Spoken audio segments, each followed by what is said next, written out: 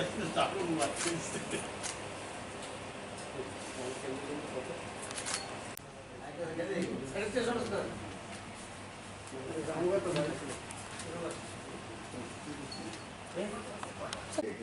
আসার জন্য যে আবেদন করেছিলেন রাজ্য সরকারকে যে দপ্তরগুলিতে মানুষের সাথে সরাসরি সুযোগ সুবিধা পাওয়ার সম্ভব এই কাজগুলো করার ক্ষেত্রে এই জন্যই আপনাদের বলেছিলাম যে লকডাউন হবে, কাজ থাকবে না মানুষের, কাজ দিলে টাকা পয়সা হবে, তাহলে তো সে শুধু চাল দিয়ে তো চলবে না, চাল ডাল দিয়ে চলবে, নুন লাগবে, তেল লাগবে, অন্যান্য সামগ্রী লাগবে, কি করতে যাবে? তাদের যদি পয়সা না থাকে বাজারই চলবে না। তারাও বলেছে হ্যাঁ আমরা রেগার মাধ্যমে চলবে, কিন্তু পুরো একই অবস্থা। 3 মিনিটে নিলে নিচেও কাজ আছে। এটা আসলে ঘোষণার সাথে সাদৃশ্যপূর্ণ না। আমরা দেখেছি যে এই সময়ের মধ্যে 3 মাস দেওয়া হয়, তাহলে এই পরিবারগুলিকে রক্ষা করা যাবে। এই জন্যই এই দাবিগুলি আমরা করছি। সরকার আরো অনেক বেশি কাজ সহায়তা এই সময়ের মধ্যে করতে পারে, কিন্তু আমরা সরকারের ঘোষণা, সরকারের যা দেখছি না, তাই বাস্তবমুখী মানুষকে সাহায্য করার মনোভাব নিয়ে সরকার যাতে এগিয়ে আসে। আর এই বিষয়গুলি আমরা সেজন্যই আপনাদের মাধ্যমে সকলের কাছে সরকারের দৃষ্টিতে নিয়ে যাচ্ছি, যাতে এই বিষয়গুলি দেখা হয়। ধন্যবাদ। অ্যাকচুয়ালি সবটা শোনার পরে মনে হবে আপনাদেরও, যদি আপনারা ঠিক ঠিক মতো রিফ্লেক্ট করতে পারেন আমাদের যে বক্তব্য সেটা আপনাদের মাধ্যমে, যে গভর্নমেন্ট জানি না কোথাও চিন্তা কবে হয়েছে যে করোনা মহামারী হিসাবে আসছে, তার কাউন্সিলিংটা কোথায় হলো, কবে হলো, কোন সতর্কবার্তা? বা রাজ্যে রাজ্যে বা কেন্দ্রীয় সরকারের যে সমস্ত স্বাস্থ্য কর্মী দল আছে প্রত্যেকটা রাজ্যে, তাদেরকে কি দায়িত্ব দেওয়া হয়েছিল? মানুষকে বোঝানো, তাদেরকে প্রথমে বোঝানো, তারপর মানুষকে ঘরে ঘরে গিয়ে মানুষকে বোঝাও। আমার জীবনে আমি করোনা দেখিনি, আপনারা দেখেছেন? আপনাদের জীবনে দেখেনি, অন্য ধরনের ভাইরাস অ্যাটাক দেখেছেন। তো করোনা কি করতে পারে, কি হতে পারে, তার পরিণতি, সেগুলো মানুষকে, আপনি এখনো গ্রামে গ্রামে পাহাড় এলাকায় ঘুরে দেখে আসুন তো, তাদের কাছে এটার মধ্যে ইট মেক্স নো ডিফারেন্স। শহরের মানুষ, গ্রামের মানুষ, পাহাড় এলাকার মানুষ, এটা অন্য 5টা রোগের মতো একটা রোগ, এরকম মনেই করছে। কারণ তার কাছে তো সেই বিপদের সংকেতটা দেওয়া হয়নি যে তুমি এটা না করলে এটা হতে পারে। এই জন্য বলা হচ্ছে যে কাউন্সিলিং পার্টটা মোটেই হয়নি আমাদের রাজ্যে। এবং এই যে কথাটা আমরা বলছিলাম, বাইরে থেকে যখনই ভারত সরকার সিদ্ধান্ত নিল এবং আমাদের রাজ্য সরকারও সিদ্ধান্ত নিল যে এবার গাড়িতে করে হোক, এয়ার সার্ভিস চালু হবে, ফ্লাইটে করে হোক, বা রেলগুলো চালু হচ্ছে, দূর দূরান্ত থেকে আসবে, যেমন যেগুলো ভারতবর্ষের মধ্যেও খুব অ্যালার্মিং পজিশনে চলে গেছে, মহারাষ্ট্র, তামিলনাড়ু, গুজরাট, তারপরে ওইখানে দিল্লি, এই সমস্ত রাজ্যগুলি থেকে যখন ট্রেন আসবে, আমরা জানি না কে কি বহন। কোভিড-19 মোকাবেলায় সারা দেশে এবং বিশেষ করে আমাদের রাজ্যে রাজ্য সরকার মার্চ মাসের 25 তারিখে তারা লকডাউন ঘোষণা করে, এবং এই লকডাউন ঘোষণার পরবর্তী সময়ে সাধারণ মানুষের পক্ষ থেকে নানান অসুবিধার কথা উত্থাপিত হয়েছে। আমরাও রাজনৈতিক দল হিসাবে, বিরোধী দল হিসাবে, আমাদের পার্টির তরফ থেকেও আমরা নানান সমস্যার কথা তুলেছি। এরকম একটা সময় দেখা গেল যে রাজ্য সরকার একটা কর্মসূচি ঘোষণা করেছে, 13 দফা কর্মসূচি। তার মধ্যে তারা বিভিন্ন ডিপার্টমেন্টের পক্ষ থেকে যারা এই কোভিড-19-এর ফলে এফেক্টেড, তাদের জন্য কতগুলি সুযোগ সুবিধার কথা ঘোষণা করেছে। খাদ্য থেকে আরম্ভ করে অন্যান্য ত্রাণ ইত্যাদি বিভিন্ন ডিপার্টমেন্টের কর্মসূচি হিসেবে সেগুলো এসেছে।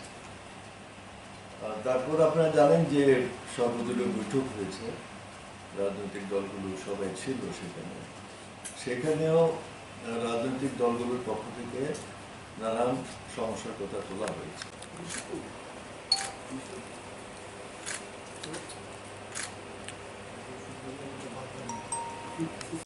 বৈজ্ঞানিক যুক্তি কি আছে আপনারা ভালো করে জানেন, এটা আমাদের কাছে কোনো ব্যাখ্যা নেই। সরকারও যারা ঘোষণা করেছেন তারাও কোনো ব্যাখ্যা নেই কী কারণে 1 কিলোমিটার এই রাজ্যের এরিয়ার মধ্যে লকডাউন ঘোষণা করা। যাই হোক, ঘোষণা করেছেন সরকারের সিদ্ধান্ত, মানতেই হবে আমাদের, মানছেও সবাই। কিন্তু তাদের জন্য একটা ব্যবস্থা করা, এই বর্ডারিং এরিয়ার মধ্যে গরিব মানুষরা বসবাস করে, তারা কি করে খায়, তারা কাজ নেই, কাজ করতে পারছেন না, ওইখান থেকে বেরোতেই পারছেন না, ঢুকতেও পারছেন না, কাজ করতে পারছেন না, যার ফলে তারা এখন খুব কাহিল অবস্থার মধ্যে আছে, কঠিন পরিস্থিতি তারা মোকাবেলা করে আছে। এর সাথে সাথে বর্ডার ফেন্সিং হয়েছে 150 গজের মাথায়। 150 গজের ভিতরে যে জমি জমা আছে, এখন কৃষি মরশুম, আপনারা এটা সবাই জানেন, এই কৃষি মরশুমে আপনার ট্রাক্টর নিয়ে মানুষজনেরা জমি চাষ করার জন্য, রোয়া লাগাবার জন্য যেতে হয়, ফ্রিকুয়েন্টলি আসা যাওয়া করতে এইসবের মধ্যে। বিএসএফ আগে থেকেই এই গেট খোলা দিয়ে ডিস্টার্ব করতে বহুবার অথরিটির কাছে বলা হয়েছে, কিন্তু এখন গেটগুলি পর্যন্ত একবার লম্ব। মানে ভিতরের যে জমিগুলো আছে, এই জমিগুলি কীভাবে চাষবাস হবে? এখন কৃষি মরশুম। আমাদের দাবি হলো দিনে অন্তত 3 বার এই গেটগুলিকে খুলে দেওয়া, সকালে একবার খুলে দেওয়া, কিছু কাজ টাজ করে তারা ফিরে এসে দুপুরে যাতে খাওয়া দাওয়া করে আবার যেতে পারে বিকালে কাজ করার জন্য। তাইলে সকালে একবার, দুপুরে একবার, আর বিকালে যাতে ফিরে আসতে পারে। 3 টাইম গেটগুলিকে খুলে রাখা, তাইলে কৃষকদের সুবিধা হয়, না হলে তো বিরাট লস হয়ে যাবে, আর্থিকভাবে রাজ্যের লস হয়ে যাবে। এটা সরকারের দৃষ্টিতে আমরা নিতে চাই, এই বিষয়টা যাতে বিবেচনার মধ্যে। আমরা সর্বশেষ দেখলাম যে 17 তারিখ থেকে লকডাউন হলো বর্ডার এরিয়া আমাদের রাজ্যে। শহরে 0.5 কিলোমিটার, গ্রামে 1 কিলোমিটার। আপনারা আমাদের থেকে বেশি জানতে পারেন যে আমাদের প্রায় 4 ভাগের 3 ভাগ মহকুমায় কোনো না কোনোভাবে যুক্ত হয়েছে। এর আগে কারাবাস করে মূলত সংখ্যালঘু, তফসিলি জাতি, উপজাতি, একেবারে দিন এনে দিন খায় এরা। ঘোষণা করলেন কিন্তু তাদের জন্য কোনো ব্যবস্থা রাখলেন না।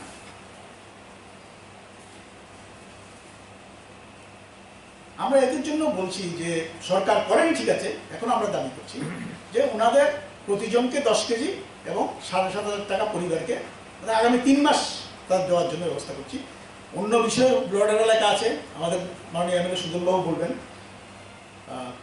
এটা দেওয়ার জন্য আমরা বলব। এবং সার্বিকভাবে আমরা যে বিষয়টা বলতে চাই আপনাদের মাধ্যমে, যে প্রথমে ধরেন আমাদের সারা ভারত পৃথিবীতেই করোনা ভাইরাসে আক্রান্ত, আমাদের রাজ্য আক্রান্ত।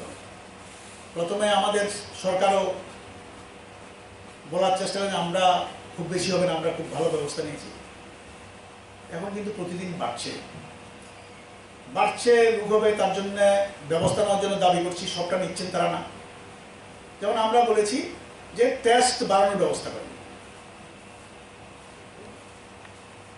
যারা বাইরে থেকে বাসে হোক, ট্রেনে হোক, উড়োজাহাজ হোক, যেভাবে আসে সবার টেস্ট এখন করছে, আগে করেনি। আগে আমরা টেস্ট করছি, কিন্তু টেস্ট ফল বেরোবার আগে বাড়িতে পাঠিয়ে দিচ্ছে, তাতে আরো সংক্রামিত হচ্ছে। আমরা বলছি টেস্ট করে অন্তকে ফল আসা পর্যন্ত তাদের রাখুন। ফল আসলে যদি ভালো হয় বাড়িতে যাবে, কোয়ারেন্টাইনে থাকবে। কিন্তু এটা তারা করছেন না, তাতে এখন আক্রান্ত বাড়ছে। এবং সরকার কি বলবে না, আমরাও এখনো, এটা ডাক্তাররা বলবে, চিকিৎসা বিজ্ঞানীরা বলবে, আমরা বলতে পারি না। কিন্তু অনেকে ধারণা করছে এটা সামাজিক সংক্রমণ হয়ে যাচ্ছে। কারণ যারা ট্রাভেল হিস্ট্রি নেই বা তার সংস্পর্শে এরকম লোকেরও হয়ে যাচ্ছে। এটা কি হচ্ছে, এটা তো আমরা বলার মালিক না, কিন্তু এটা অনেকে সন্দেহ করছেন। তার জন্য আমরা বলেছি যে ধরুন এখনো মাঝে মধ্যে আপনাদের নিউজ চ্যানেলে বা পত্রিকাতে বেরোয় যে একজন নার্স বলছেন আমাকে মাস দিয়ে বলছে 7 দিন এটাকেই চালাতে হবে। আমরা বলছি স্বাস্থ্য সাথে যারা যুক্ত, বিশেষ করে ডাক্তারবাবুরা, নার্সরা, প্যারামেডিক্যাল ওয়ার্কার যারা, সাফাই কর্মী যারা, আরক্ষা দপ্তরে তারাও এই সাথে যুক্ত আছেন। তাদের যদি রক্ষা করতে না, তাহলে এই করোনা মোকাবেলা কি করে করব? এবং দেখছি আমরা যে এখন ডাক্তারবাবু, নার্স, প্যারামেডিক্যাল স্টাফ, সাফাই কর্মী এবং অনেক জায়গায় আরক্ষা দপ্তরের কর্মীরা আক্রান্ত হচ্ছেন। আমরা বলছি তাদের সঠিকভাবে যাতে ব্যক্তিগত সুরক্ষা পেতে পারে তার ব্যবস্থা অবশ্যই করা উচিত, না হলে কোনোভাবে এটা মোকাবেলা করা যাবে না, এটা আমরা দাবি করব। এপ্রিল রাজ্য সরকার একটা মিটিং করেছিল, তাতে বিভিন্ন রাজনৈতিক দলের প্রতিনিধিরা ছিল। আমাদের রাজ্যের বিরোধী দল নেতা মানিক সরকার মহোদয় ছিলেন। আমরাও সেখানে কিছু প্রস্তাব রেখেছিলাম। রাজ্য সরকার কি কি করবেন এগুলিও তারা বিস্তারিতভাবে বলেছেন। তার পরিপ্রেক্ষিতেই আমাদের দুই বিধানসভার মাননীয় তপন চক্রবর্তী সাহেব বলেছেন যে আমরা কিছু চিঠি দিয়েছি প্রিন্সিপাল সেক্রেটারি, তার উত্তর তারা কিছু দিয়েছেন। তার ভিত্তিতেই আমাদের মনে হয়েছে যে সরকার যা ঘোষণা করেছেন সেগুলিও সঠিকভাবে তারা কার্যকরী করেননি। সেগুলি যা দিয়েছেন তার ভিত্তিতে আমরা কিছু কথা বলতে চাই আপনাদের সামনে। প্রথমত হলো, আমরা গ্রাম উন্নয়ন দপ্তরে তারাই বলেছিলেন সরকার যে আমরা পর্যাপ্ত পরিমাণে রেগার কাজ দেবো, বকেয়া পরিশোধ করে দেবো। তারা 31 মে পর্যন্ত আমাদেরকে হিসাব দিয়েছেন। দেখা গেছে আমাদের রাজ্যে 2020-21 সালে জব কার্ড রেজিস্টার্ড হয়েছে 6,34,185 পরিবার, কাজ দিয়েছেন 3,76,169 পরিবারকে। তার মানে প্রায় 2,58,016 পরিবারকে কাজ তারা দেননি। এবং শুধু তা না, কাজের পরিমাণ কি মাত্র 10.12 ম্যান্ডেজ 31 মে। এবং গড়ে আমরা হিসাব করেছি 40% শ্রমিক কোনো কাজ পাননি। তাহলে তারা যে ঘোষণা করলেন এটার সাথে বাস্তবে কোনো মিল নেই। এবং আমরা যদি বলেন এরপরেও তো আছে, আমরা 3 জুলাই পর্যন্ত হিসাবে 3 জুলাই পর্যন্ত তাদের ম্যান্ডেজ হইল 17.2%। সরকারের মুখপাত্র ইত্যাদি বলার চেষ্টা করছেন বামফ্রন্ট সরকার আমল থেকে অনেক বেশি রেগার কাজ হচ্ছে। আমি একটু পরিসংখ্যান দিতে চাই, আপনারা নিশ্চয়ই জানেন আমাদের রাজ্যে 15-16 সালে গড়ে ম্যান্ডেজ হল 94%, 16-17 সালে 80% হয়েছিল। 80 জন করে 80 দিন কাজ পেয়েছে একজন শ্রমিক। আমাদের নতুন সরকার তারা 17-18 হিসাব দেন। 17-18 আমরা সবাই জানি নির্বাচন ছিল, নির্বাচনের কাজ করা সম্ভব ছিল না, বা কেন্দ্রীয় সরকার টাকাও কমিয়ে দিয়েছিল, তার ফলে কাজ কম হয়েছিল, 34 দিন হয়েছে। এটাই হিসাব দেন তারা, কিন্তু আগের হিসাব তারা দেন না। এবং তাদের সময়তে 18-19 46 দিন কাজ হয়েছে। এখন পর্যন্ত যেটা জুলাই মাস পর্যন্ত করেন 17.12%, তাহলে অনেক কম হচ্ছে। এবং কাজ করতে গিয়েও আমরা যেটা লক্ষ্য করছি যে এখন 205 টাকা মজুরি, কোনো শ্রমিক 205 টাকা পান না। আপনার এখানে মেজারমেন্টের নাম করে টাকা কমিয়ে দেয়। এবং এটা আমরা লক্ষ্য করেছি বিভিন্ন জায়গায় যে একটা পঞ্চায়েতে কাজ করার জন্য যদি 50 জন শ্রমিক থাকে, তার সাথে একটা বড় সংখ্যার পঞ্চায়েতের লোক থাকেন যারা কোনো কাজ করেন, তাদের নামে টাকা ঢুকে, এই কাজ থেকেই ঢুকে, এই মেজারমেন্ট থেকে ঢুকে, তার ফলে তারা কাজের টাকা কম পান। বাস্তবতা মানে যাচাই করা, এটা করার কোনো মেকানিজম সম্ভবত নেই। গভর্নমেন্টের কাছে সম্ভবত সেই সমস্ত ফিডব্যাকের ব্যবস্থা নেই। এখানে ডিমান্ড যেটা আমরা বারে বারে উল্লেখ করছি, 10 কেজি করে বিনা পয়সায় চাল দেওয়া প্রত্যেক পরিবারে এবং 7,500 টাকা নগদ দেওয়া যারা ইনকাম ট্যাক্স দেন না, এরকম এটা সব ক্ষেত্রের জন্য। বিশেষ করে এই 17 তারিখে যে বর্ডার এরিয়াতে মানে লকডাউন ঘোষণা করা, আমাদের এটা বুঝতে একটু অসুবিধা হচ্ছে। আমরা সবাই চাই, ত্রিপুরাবাসী সবাই চাই যে ত্রিপুরাটা করোনা মুক্ত থাকুক, কিন্তু সবটা সিদ্ধান্তের পেছনে একটা যুক্তি তো থাকবে। এই যে শহর এলাকার 0.5 কিলোমিটার আর গ্রামীণ এলাকা হলে বর্ডারে 1 কিলোমিটার লকডাউন থাকবে, এতে করে কি চেইন ব্রেক হবে? আমাদের প্রশ্ন। কারণ সেই সমস্ত এলাকার বাজারগুলো খোলা থাকছে, মানে অত্যাবশ্যকীয় যে সমস্ত পরিষেবা সেগুলো নেওয়ার সব জায়গায় উন্মুক্ত থাকছে, মানুষ যাচ্ছে সেখানে। তাহলে আপনারা কি মনে করেন যে বর্ডার এলাকা, গুলচক্কর এলাকার মানুষ এখন শহর এলাকার মধ্যে নেই? আছে কিনা? তা যদি হয়, চেইনটা ব্রেক হলো কি? আর এই চেইন ব্রেক করার পরামর্শ কে দিতে পারে? হেলথ এক্সপার্ট, কোন চিকিৎসক বা গোষ্ঠী হেলথ এক্সপার্ট, তারা কি গভর্নমেন্টকে এই সাজেশন দিয়েছিলেন যে বর্ডার এলাকা থেকে 0.5 ঘন্টা, মানে 0.5 কিলোমিটার শহর এলাকায় বা 1 কিলোমিটার গ্রামীণ এলাকার মধ্যে লকডাউন করবে? দ্বিতীয় প্রশ্ন হচ্ছে যে কথাটা আমরা এখানে বলেছি, শেষ দিকে বলেছি, এটা আমরা প্রথমে বলেছি যখন মাত্র একজন করোনা আক্রান্ত হয়ে ত্রিপুরাতে এসেছিলেন বাইরে থেকে। তারপরে কিন্তু আমরা বলেছি যে সারা বিশ্বে যে পরিস্থিতি তৈরি হয়েছে, এটা কেউ, কোনো দেশ বলতে পারছে না যে কতদিনের মধ্যে এই পরিস্থিতিকে তারা কন্টেইন করতে পারবে, কতদিনের মধ্যে ভ্যাকসিন তৈরি হবে। একমাত্র অক্সফোর্ড ছাড়া আর কেউ কিন্তু এখনো সেকেন্ড থার্ড ট্রায়াল পর্যন্ত যেতে পারেনি। Vaccine application on human body একমাত্র অক্সফোর্ড অ্যাডভান্স হয়ে গেছে, আরো অনেকগুলো কান্ট্রি তৈরি করছে, আমাদের দেশও তৈরি করছে, কিন্তু সেটা পাবলিক গুড হিসাবে কবে ভারত মানে বাজারে আসবে, মানুষের উপর অ্যাপ্লাই হবে, এটা কেউ কিন্তু জোর দিয়ে বলতে পারছে না। তার মানে হচ্ছে বিধায়ক তপন চক্রবর্তী এবং বিধায়ক রতন ভৌমিক, বিধায়ক শহীদ চৌধুরী, ওনারা মোটামুটি বিষয়গুলি তুলে ধরেছেন। আমি 2-1টা বিষয় শুধু এখানে যুক্ত করছি। শুনেছেন আপনারা যে আমরা সরকারের দৃষ্টিতে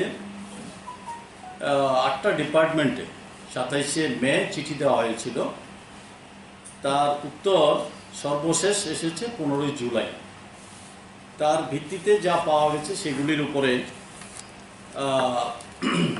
একটা বিষয় আমি উল্লেখ করছি, সেটা হচ্ছে রাজ্যের বাইরে যারা ছিল, শ্রমিক, ছাত্রছাত্রী, চিকিৎসার জন্য যারা গিয়েছিল, পর্যটক, ধর্মীয়ভাবে বা অন্যান্য কারণে যারা বাইরে গিয়েছিল, তাদেরকে ফিরিয়ে আনা এবং তাদেরকে সাহায্য করার জন্য সরকার ঘোষণা করেছিলেন।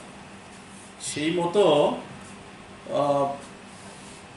সবাই, প্রায় শ্রমিকরা, ছাত্রছাত্রী সবাই নিয়ম মেনে যা যা বলা হয়েছে দরখাস্ত করেছে। আমরা যে তথ্য পেলাম, এতে দেখলাম যে 44,000-এর উপরে এই তথ্য সরকারের তরফ থেকে বলা হয়েছিল যে 44,000-এর উপরে বাইরে আছে, তাদেরকে আমরা সাহায্য করব। কিন্তু কি দেখা গেল, ত্রিপুরা ভবনে যারা ছিল 178 জনকে সাহায্য করা হয়েছে, কলকাতা এবং দিল্লি ত্রিপুরা ভবন। অন্যান্য স্থানে যারা ত্রিপুরা ভবনের বাইরে অন্যান্য রাজ্যে যারা ছিলেন, সেখানে সাহায্য করা হয়েছে 7,732 জনকে। ফ্যামিলি উল্লেখ করেছেন 5,378 ফ্যামিলিকে।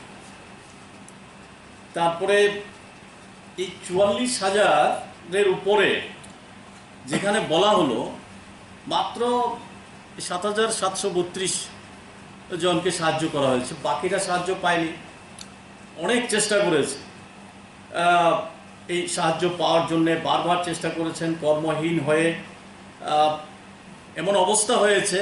মিঠুন ভৌমিক চেন্নাইতে কাজ না পেয়ে অর্থের অভাবে শেষ পর্যন্ত আত্মহত্যা করতে হয়েছে। বরপাথরি বাড়ি মিঠুন ভৌমিক, এরকম পরিস্থিতি। তারপরে ফিরে আসার জন্যে কোনো ব্যবস্থা হয় না। তাদেরকে একবার বলা হলো রেল স্টেশনে আসার জন্যে, আসার পরে রেল বাতিল হয়ে গেছে। পরবর্তী সময় তারা আর ঘরে ফিরে যেতে পারছে না, রেল স্টেশনেই কাটাতে হয়েছে, রাস্তায় কাটাতে হয়েছে। এরকম নানা সমস্যায় ভুগেও শেষ পর্যন্ত এখনও সবাই ফিরে আসতে পারেনি এবং অধিকাংশ এই সাহায্য পায়নি। তাই সরকার যা ঘোষণা করেছিল তার সঙ্গে বাস্তবের কিন্তু মিল নেই। এই হচ্ছে অবস্থা। এখনও যারা বাইরে আছে, আমরা বলবো তারা যারা আসতে পারেনি, মাঝে মধ্যে আমাদের সঙ্গে এখনও কথা বলছেন, তাদেরকে যাতে ফিরে আনার ব্যবস্থা করেন। এই জন্যে সুপ্রিম কোর্টও বলেছে তাদেরকে ফিরিয়ে আনা, তাদের খাওয়ার ব্যবস্থা করা, এই সমস্ত কিছু। কিন্তু এই দায়িত্ব এখন অবধি এই সরকার গ্রহণ করছে না। আমরা এই জন্যে দাবি করছি যারা বাইরে আছে তাদেরকে ফিরিয়ে আনার ব্যবস্থা করতে হবে। দেখা গেছে, আমি অন্য বিষয়ে যাচ্ছি না, এখানে আলোচনা হয়েছে তাদের পরীক্ষার করার বিষয়গুলি সেগুলি, কিন্তু আসার পরে তাদেরকে কাজ দেওয়ার কথা, অন্তত রেগার ম্যান্ডেজ দেওয়ার কথা, 3 দিনের মধ্যেই তাদেরকে কাজ দেওয়ার কথা। কিন্তু বাস্তবে এই কাজ তারা পাচ্ছে না, ভীষণভাবে তারা কষ্টে আছেন। যারা ত্রিপুরায় ফিরে এসেছেন তারা রেগার কাজের যে ম্যান্ডেজের কথা আপনারা শুনেছেন, অধিকাংশ তো কাজই পাচ্ছে না। তার 40% শ্রমিক তারা কাজ পাচ্ছে না, এরকম একটা অবস্থার মধ্যে। আর যারা ফিরে এসেছে এই রাজ্যের বাইরে গিয়েছিল শ্রমিকরা, তারা সেই কাজগুলি তারা পাচ্ছে না। এখানে বলা হয়েছে যে মাইগ্রেন্ট শ্রমিক আমাদের রাজ্যে যারা ছিল 38,821 জনকে সহায়তা করেছে। তো আমাদের রাজ্যে তাদেরকে ফেরত পাঠানোর যে বিষয় ছিল, এটা অধিকাংশ হচ্ছে ইটভাটার শ্রমিক যারা তারা, কিন্তু এর বাইরেও তো অনেক শ্রমিক ছিল যারা বিহারের দিনমজুর ছিল, অন্যান্য পেশার সঙ্গে যুক্ত ছিল, নির্মাণ শ্রমিক, এই ধরনের শ্রমিক যারা, তাদের কিন্তু সেই দায়িত্ব সরকার গ্রহণ করেনি। আপনারা শুনেছেন যে এটা বামফ্রন্ট সরকারের সময়েই এই চুক্তি ছিল মালিকদের সঙ্গে, ইটভাটার শ্রমিক যাদেরকে নিয়ে আসা হবে ত্রিপুরাতে, তাদের আসা যাওয়া ফেরত যাওয়ার যে গাড়ি ভাড়া, সেই গাড়ি ভাড়া এবং খাওয়া খরচ এটা মালিকই দেওয়ার কথা, সেইভাবেই চলতো। কিন্তু এবার কি করা হলো, তাদেরকে সরকার পাঠালেন। কিভাবে পাঠালেন? মালিকরা যে টাকাটা দেওয়ার কথা সেই টাকাটা সরকারের ঘরে জমা দিলেন, সেই টাকা দিয়ে তারা পাঠিয়েছে। তো সেখানে সরকার কি দায়িত্ব নিলেন? তারপরেও রেল স্টেশনে এসে অভুক্ত থেকেছে, খাওয়ার কোনো ব্যবস্থা হয়নি, সবাইকে তো যাওয়ার ব্যবস্থা করেইনি, নিজের টাকা দিয়ে অনেকে ফেরত যেতে হয়েছে। এরকম একটা অবস্থার সৃষ্টি হয়েছে। তাই সরকার যা যা ঘোষণা করেছে সেই ঘোষণার সঙ্গে বাস্তবের কি মিল আছে সেটাই আমরা এখন খুঁজে পাচ্ছি না। বাস্তবে মানুষ কিন্তু সেই সুযোগ সেখানে পায়নি। তারপরে আমি যেটা বলছি, বর্ডার এরিয়া সম্পর্কে আমাদের মাননীয় বিধায়ক শহীদ চৌধুরী সাহেব বলেছেন, এটা একটা ভীষণ কষ্ট হচ্ছে। আর এখন তো 17ই জুলাই এই লকডাউন ঘোষণা করার পর কিসের ভিত্তিতে শুধু সীমান্ত এলাকার 1 কিলোমিটার আর শহরের 8 কিলোমিটারের মধ্যে করা হয়েছে এটা আমরা জানি না, কিন্তু রাজ্যের প্রায় 3/4 মানুষ আজকে তার আয়ত্তে এসেছে।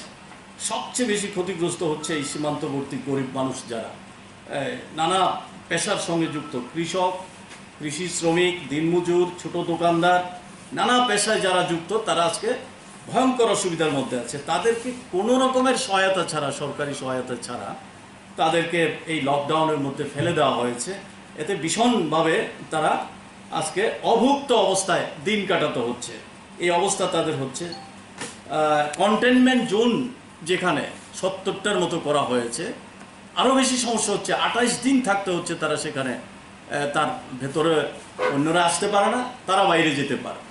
তো সেখানে যারা শ্রমিক, যেখানে যারা ছোট ব্যবসায়ী, অন্যান্য পেশার সঙ্গে যুক্ত, তারা কেউ বেরোতে পারছে না। তাদের যাদের জমি জমা আছে, কৃষি মরশুম চলছে, তারা বাইরে যেতে পারছে না কাজ করতে, তাদের জমিনে অন্যরা কেউ আসতে পারছে না। গোটা কৃষি মরশুমেই এই যে এই কন্টেনমেন্ট জোনের মধ্যে যাদের জমি আছে, যারা পড়েছে, তারা একটা ভীষণ অসুবিধার মধ্যে পড়েছে।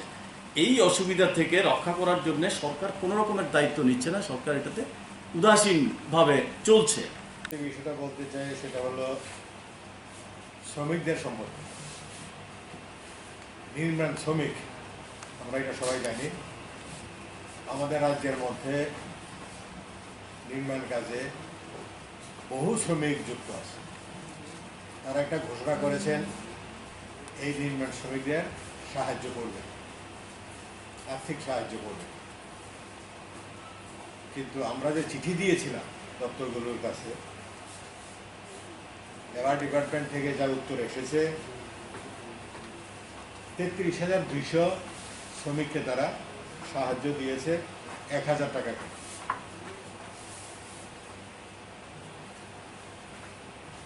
আমাদের কাছে যা হিসাব বা সরকারের ঘরে লেবার ডিপার্টমেন্টের রেজিস্ট্রি হয়েছে, এরকম শ্রমিকের সংখ্যা হলো 1,07,200। সাহায্য পেল মাত্র 33,200। তো বাকি যে শ্রমিকরা, বেশিরভাগ সিংহভাগ শ্রমিক কোনো সাহায্য পেলেন না, অথচ মাসের পর মাস তারা কোনো কাজ করতে পারছেন না। নির্মাণ কাজ বন্ধ, আপনারা জানেন, আপনারা ঘুরেন, প্রত্যেক জায়গায় দেখেন তাদের কি অবস্থা। এবং নির্মাণ শ্রমিকদের একটা তহবিল আছে, এটা কেন্দ্রীয় সরকারের সিদ্ধান্ত মোতাবেকই এখানেও একটা সোসাইটি আছে, যেটার নাম হলো Tripura building and others construction workers welfare board. এই বোর্ডে বহু টাকা এখনো আছে, যদিও আমরা পরস্পর জানি, আমাদের কাছে কোনো তথ্য নেই। এখান থেকে বহু টাকা অন্য খাতে সরিয়ে নিয়েছে এই বোর্ড থেকে। এখন এই শ্রমিকদেরকে সাহায্য না করার ফলে এই রাজ্যের শ্রমিকদের একটা বেহাল অবস্থা। যারা কাজ করে, প্রতিদিন কাজ করে, প্রতিদিন খেতে, তারা অনাহারে এখনো দিনাতিপাত করছে। এই 33,200 শ্রমিককে তারা 9,96,00,000 লক্ষ টাকা দিয়েছেন। অথচ বোর্ডের তহবিল প্রায় 250 থেকে 300 কোটি টাকা আছে। এই কাজটা তারা করেননি, টাকাটা বোর্ডের। এখন প্রশ্ন হলো, আপনারা শুনেছেন অন্যান্য খাতের যে টাকা, যে শ্রমিকদেরকে, পরিযায়ী শ্রমিক, ইটভাটার শ্রমিক, তাদেরকে তাদের টাকা দিয়েই পাঠিয়েছে। তাহলে সরকারি তহবিল, যেটা সরকারি তহবিলের টাকা কোন জায়গায় খরচ করেছে, এটা আমাদের প্রশ্ন, জিজ্ঞাসা। এই টাকাটাও খরচ করেছে, নির্মাণ শ্রমিকদের টাকাটা বোর্ডের টাকা থেকে, সোসাইটির টাকা। ইটভাটার মালিকরা সাহায্য করেছেন, সেখান থেকেই ইটভাটার শ্রমিকদেরকে পাঠিয়েছেন বাইরে। কেউ আবার নিজের টাকা দিয়েও গেছে, টিকিট কেটে যেতে হয়েছে রেলে, কেউ হেঁটে ওড়ানো হয়েছিল, এরকম দুরবস্থা সৃষ্টি হয়েছে। তাহলে বিভিন্ন যে খাত আছে, যে সাহায্যগুলি করেছে, বিভিন্ন খাত থেকেই করেছে। কিন্তু সরকারের যে ঘোষণা, ওভারঅল ঘোষণা, তার মধ্যে সরকারের একটা তহবিল, সরকারের যে বাজেট, সেই বাজেটকে রতনবাবু বলেছেন এদিক সেদিক করে খরচ করলে আমাদের কোনো আপত্তি ছিল না, জনস্বার্থে, সাধারণ মানুষের স্বার্থে, এই বিষয়ে। চিফ মিনিস্টার রিলিফ ফান্ডে কিছু খরচ করেছেন, এটাও কার টাকা? জনগণের টাকা। জনগণের সাহায্য করেছেন চিফ মিনিস্টার রিলিফ ফান্ডে, সেখান থেকে খরচ করেছেন। কিন্তু আমাদের প্রশ্ন হলো, সরকারের টাকাটা কোথায় খরচ হয়েছে? সরকার কি টাকা খরচ করে? রেগার টাকা, রেগার আলাদা খাত আছে, সেখান থেকে খরচ হয়। এই বিষয়টা আপনাদের মাধ্যমে সরকারের নজরে রেখে চাই। আমরা কিছু কিছু জায়গায় সুনির্দিষ্টভাবে, ধরেন ডিএম গোমতী, ডিএম দক্ষিণ, অভিযোগ করেছি যে কাজ করানো হচ্ছে ড্রজার দিয়ে। প্রকৃত শ্রমিকরা কাজ পাচ্ছে না। ওই ড্রজার দিয়ে গেলে বাকি থাকে এটা তাদের দিয়ে দেওয়া হয়, এরকম করে করানো হচ্ছে। সে অভিযোগ আমরা দিয়েছি। এটা হলো গ্রাম উন্নয়ন দপ্তরের কাজ সম্বন্ধে আমাদের যা বলার, সেটা হলো আমরা বলবো যে পর্যাপ্ত পরিমাণে যাতে কাজ দেয়, এবং শুধু পর্যায়ে আমরা বলেছি 200 দিন কাজ দিতে হবে, মজুরি বাড়াতে হবে। মজুরি 192 টাকা ছিল, এবার 205 টাকা করেছে, মানে 13 টাকা বাড়িয়েছে। তাদের নির্বাচনী প্রতিশ্রুতি ছিল 340 টাকা, এটা বাড়ানো, আমরা এটা দাবি করব। আমরা যারা এই লকডাউনের কারণে ধরুন, এটা সবাই বলছে, আমরা বলার অপেক্ষা রাখে না। লকডাউন ঘোষণা হয়েছে মাত্র 4 ঘন্টা সময় দিয়ে, তাতে যারা বাড়ি ঘরে যাওয়া যেতে পারেনি, তাদের অসুবিধা হয়েছে। সরকারও ঘোষণা করেছে হ্যাঁ, যারা আটকে গেছে তাদের খাবার থাকার ব্যবস্থা দেবে। এটা তারা করেননি। অল্প কিছু মানুষকে কিছু সাহায্য করেছেন, বেশিরভাগ করেননি। এটা আমরা রেভিনিউ দপ্তরকে দিয়েছিলাম, তারা উত্তর দিয়েছে, তার জন্য আমরা বলছি। খাদ্য দপ্তরের ক্ষেত্রে যেটা কেন্দ্রীয় সরকার একটা প্রকল্প ঘোষণা করেছেন, রাজ্য সরকারও প্রথম 15 দিনের করেছেন, আমরা দাবি করেছিলাম 1 মাস, তারা পরে 1 মাস করেছেন। 5 কেজি করে চাল বিনা পয়সা দেবেন। এটা মোটামুটিভাবে দেওয়ার ফলে কিছু মানুষ বেঁচে গেছে। কিন্তু আমরা লক্ষ্য করলাম রাজ্য সরকারের যে ডাল দেওয়ার বিষয়, এটা উঠিয়ে দিলেন, এটা দিলেন না। প্রথম দিকে কেন্দ্রের চালও দিলেন না, এটা কিন্তু কোনো ঘোষণা করে না, এমনিতে বন্ধ করে দিলেন। সাথে সাথে তারা একটা ঘোষণা করেছেন, এপিএল পরিবার যারা আছে, এটা ঠিক, অনেক পরিবার ভাগ হয়েছে, বিপিএল গরিবেই কিন্তু তারটা এপিএল হয়ে রয়েছে, এরকম গরিব মানুষ আছে। তারা ভালো ঘোষণা করেছেন যে 50,000 ফ্যামিলি যারা আছে এপিএল, তাদের আমরা এই বিপিএল এর যে বা প্রায়োরিটি যে সুযোগ, এটা আমরা দেব। কিন্তু আমরা লক্ষ্য করলাম তারা পুরো দিতে পারেনি, আমাদের যা হিসাব দিয়েছেন। কিন্তু এটা সবটাই সংকীর্ণতার পরিস্থিতি, সঠিক যারা তারা পাননি। এমনকি অভিযোগ আছে কর্মচারী পরিবারকেও দিয়েছেন, অনেক সচ্ছল পরিবারকে দিয়েছেন বেছে বেছে, কিন্তু প্রকৃত যারা তারা দেননি। এটা তারা করেছেন, এরকম দৃষ্টিভঙ্গি ছিল। এরকম আমরা চিফ মিনিস্টার রিলিফ ফান্ডের যে বরাদ্দ দেওয়ার কথা বিভিন্নভাবে, মেইনলি ভেন্ডার্স যারা হকার্স এদের, তারপরে নিউজ পেপারস যারা দেন হকার, আপনার ফুল চাষি তাদের, আর জুমিয়া। আমরা লক্ষ্য করেছি যে হকার মাত্র 8,660 জনকে দিয়েছে। আমরা খোঁজখবর সঠিক তথ্য নেই, কিন্তু খোঁজখবর নিয়েছি। আমাদের ভেন্ডার্স মানে তো তরকারি বিক্রি থেকে আরম্ভ করে রাস্তাঘাটে যা বিক্রি হয় সবাই 1 লক্ষের উপরে হবে, মাত্র 8,660 জনকে দিয়েছে। সংবাদপত্র বিক্রেতা যারা ঠক করে দেয়, এটা আপনারা আমাদের থেকে ভালো বলেন, মাত্র 402 জনকে দিয়েছেন তারা। যারা দরকার তাদের দেননি, তারা ঘোষণা করেছেন, ঠিক আছে।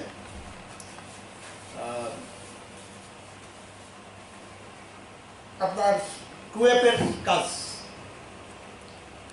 এটা আমরা লক্ষ্য করেছি যে মাত্র ধরেন 3টা পৌরসভা আছে বা নগর পঞ্চায়েত, এটা হলো বিলোনিয়া,